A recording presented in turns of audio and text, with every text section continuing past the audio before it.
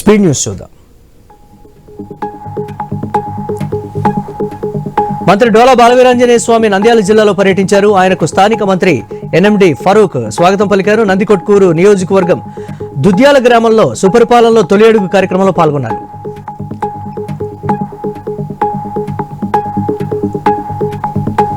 భూపాలపల్లి నియోజకవర్గంలో మంత్రులు దుద్దిళ్ల శ్రీధర్ బాబు, పొంగులేటి శ్రీనివాసరెడ్డి, పొన్నం ప్రభాకర్ పర్యటించనున్నారు. ఎమ్మెల్యే గండ్ర సత్యనారాయణరావు ఆధ్వర్యంలో పలు అభివృద్ధి పనులకు మంత్రులు శంకుస్థాపన చేయనున్నారు.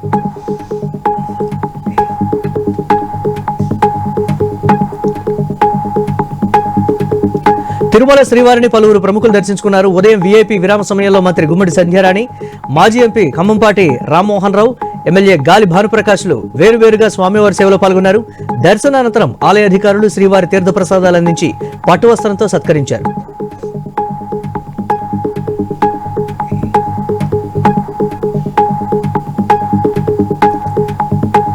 మహబూబాబాద్ జిల్లా డోర్నకల్, కురవి మండలాల్లో పోలీసులు కార్డన్ సెర్చ్ నిర్వహించారు.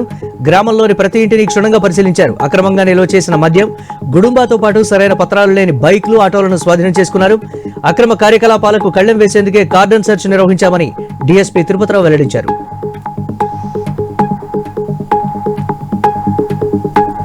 ప్రజలను కార్యాలయాల చుట్టూ తిప్పకుండా వారి సమస్యలు పరిష్కరించాలని మంత్రి డోలా బాలవీరాంజనేయ స్వామి అధికారులను ఆదేశించారు.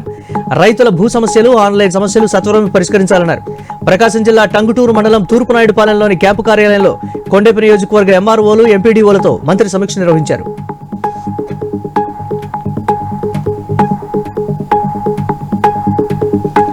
ఏఐసీసీ అధ్యక్షుడు మల్లికార్జున ఖర్గే పుట్టినరోజు సందర్భంగా ఢిల్లీలోని ఏపీ భవన్లో కాంగ్రెస్ నేత శంకర పద్మశ్రీ ఆధ్వర్యంలో జన్మదిన వేడుకలు నిర్వహించారు. కేక్ కట్ చేసి ఖర్గేకు జన్మదిన శుభాకాంక్షలు తెలిపారు కాంగ్రెస్ శ్రేణులు.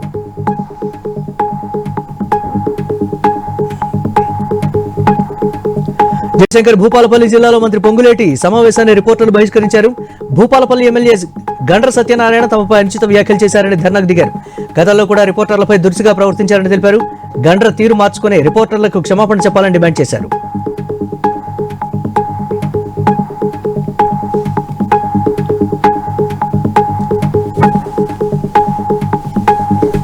మాజీ సీఎం జగన్ మద్యం కుంభకోణంతో రాజకీయం మొదలు పెట్టాడన్నారు Kadiri MLA Kandikunta Venkataprasad. Liquor scam లో అంతిమ లబ్ధిదారుడు జగనే అని విమర్శించారు. వైసీపీ అధినేత ఏపీని అభివృద్ధి చేయకుండా డబ్బుల కోసమే రాజకీయం చేశాడన్నారు. ప్రజల హక్కులు హరించడంలో 11 సీట్లకే వైసీపీని పరిమితం చేశారు ప్రజలని చెప్పారు.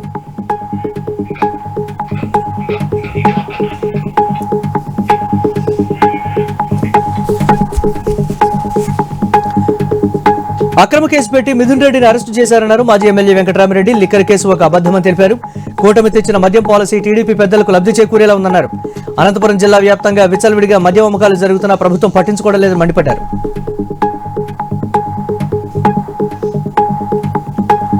అనంతపురం జిల్లా గుంతకల్లులో సయ్యద్ మస్తాన్ వలీ దర్గా ఉత్సవాలు ఘనంగా ప్రారంభమయ్యాయి. 390వ ఉర్సు ఉత్సవాల్లో భాగంగా స్వామివారిని గంధం గుర్రంపై ఊరేగించారు. దివిటీలను పట్టుకుని భక్తులు మొక్కులు తీర్చుకున్నారు. గంధం ఊరేగింపును చూసేందుకు రాయలసీమతో పాటు కర్ణాటక, మహారాష్ట్ర, తమిళనాడు, తెలంగాణ నుంచి భక్తులు అధిక సంఖ్యలో రావడంతో పోలీసులు బందోబస్తు ఏర్పాటు చేశారు.